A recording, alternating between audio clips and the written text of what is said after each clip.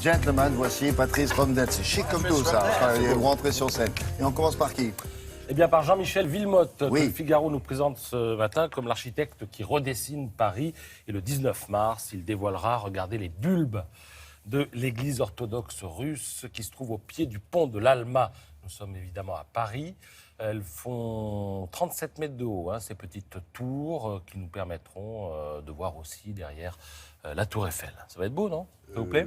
Oui, elles sont très visibles. Ouais. Voilà.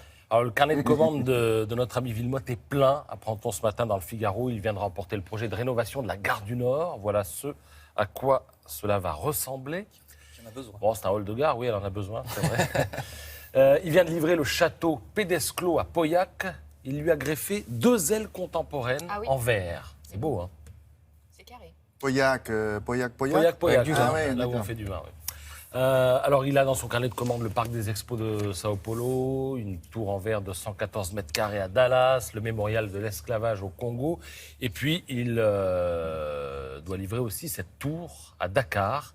Le revêtement est inspiré des techniques locales de tissage de pagne. Elle fait 104 mètres de haut. C'est pour une compagnie d'assurance avec ce qu'on appelle, je sais que vous n'avez pas trop les anglicismes, un rooftop. Oui, mais c'est de la dentelle de béton voilà. aussi. On fait ça en Oui, France. bien sûr. De Et toi, Monsieur Ricciotti l'a fait notamment à Marseille. Je vous dis ça comme ça. Il y a le Flatiron aussi. pour le MUSEM. Oui. Oui. Ouais. Absolument. Alors, ce sera livré en 2019, cette tour. Il a convaincu les autorités locales de rouvrir les carrières de marbre du pays pour les besoins de cette tour.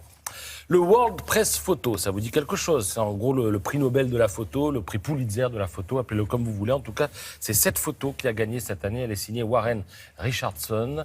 La légende est très simple. Un homme passe un enfant à la frontière serbo-hongroise. Un enfant qui l'a au bout des bras. Oui, c'est-à-dire que... Faut le savoir. la photo est floue quand même, Elle est mais... floue de- oui. Le point est fait sur les barbelés qui symbolisent cette frontière serbo-hongroise. La photo a été prise le 28 août 2015. Voilà, la frontière est clairement matérialisée avec le fil de fer et puis le bébé et les personnages sont flous. Une 50aine de photographes ont été récompensés au cours de ce World Press Photo. Alors, j'en ai retenu quelques-unes de photos, on les trouve sur le site du Monde. Là, vous avez le portrait d'une famille perdue qui a obtenu le 3e prix dans la catégorie population. Vous avez donc le portrait d'une famille syrienne qui pose dans un camp de réfugiés libanais et la chaise vide représente évidemment un des membres de la famille disparu en Syrie. Le 2e prix catégorie actualité a été attribué à cette photo. Bon, là, ça se passe quasiment de commentaires. Paris, place de la Nation. C'était pendant la manifestation du 11 janvier 2015, juste après les attentats de Charlie. La tempête face à Bondi Beach, premier prix catégorie nature. Là, vous avez une sorte un tsunami, mais un tsunami de nuages qui s'approche de la plage. C'est à Sydney. Ça a été pris en novembre 2015. Et puis, le premier prix catégorie sujet contemporain, une ville du nord de la Chine, dans le brouillard. Et c'est amusant, si je puis dire, parce qu'on dirait carrément un circuit électronique quand on regarde le... Ouais, carrément. Ou alors, oui. Circuit imprimé, ouais. Ces petits damiers qui tombent. Vous voyez ce que je veux dire? Et les dominos. Oui, les Les dominos. dominos, oui. Domino's Day. Et des dominos qui vont pas tarder à tomber. Pour l'instant, ils sont debout. Si vous êtes c'est dans fantastique, l'ouest quand de même. la France, n'oubliez pas ce soir d'aller applaudir. Michel Drucker. Yes, bien vu. Mimi, il est à La Baule et puis demain, il est à Nantes.